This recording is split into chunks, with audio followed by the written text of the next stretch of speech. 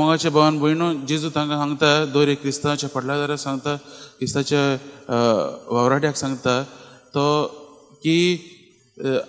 जेन्ना हें कार्य करूंक वता तेन्ना कांयच व्हरूं नाकात म्हणजे कितें कांयच एक्स्ट्रा कांय आंगावलें ओ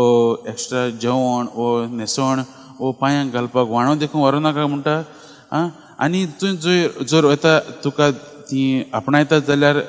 तांकां बरें आनी ती की जेवण दितात तेंच तुमी खावपाचें असली ती तो तांकां कांय इंस्ट्रक्शन दिता कित्याक तो जाणा की तो ताका जाय दर एक शिसान दर एक क्रिस्ताच्या फाटल्या उदारान आपणाच्या फाटल्या उदारान फकत आपणाचेरूच भर घालूंक गरजेचो जेजूकूच आमचो माज करूंक गरजेचो देवाकूच आमचो माज करूंक गरजेचो आनी देवाचेरूच आमी फांतयोवन मुखार वचपाचें आमी दुसरें कितें आमकां हें जाय तें आमी चिंतूंक फावना आमी ताचेर भर घालूंक फावना आमकां सगळें दितलो तो देव कित्याक मोगाच्या भावान भयणो हें मिसांव जें आमकां दिल्लें आसा हें मिसांव जें दर एक शिसाक दिल्लें आसा तें मिसांव मोगाच्या भावान भयणो तें तांचें न्हय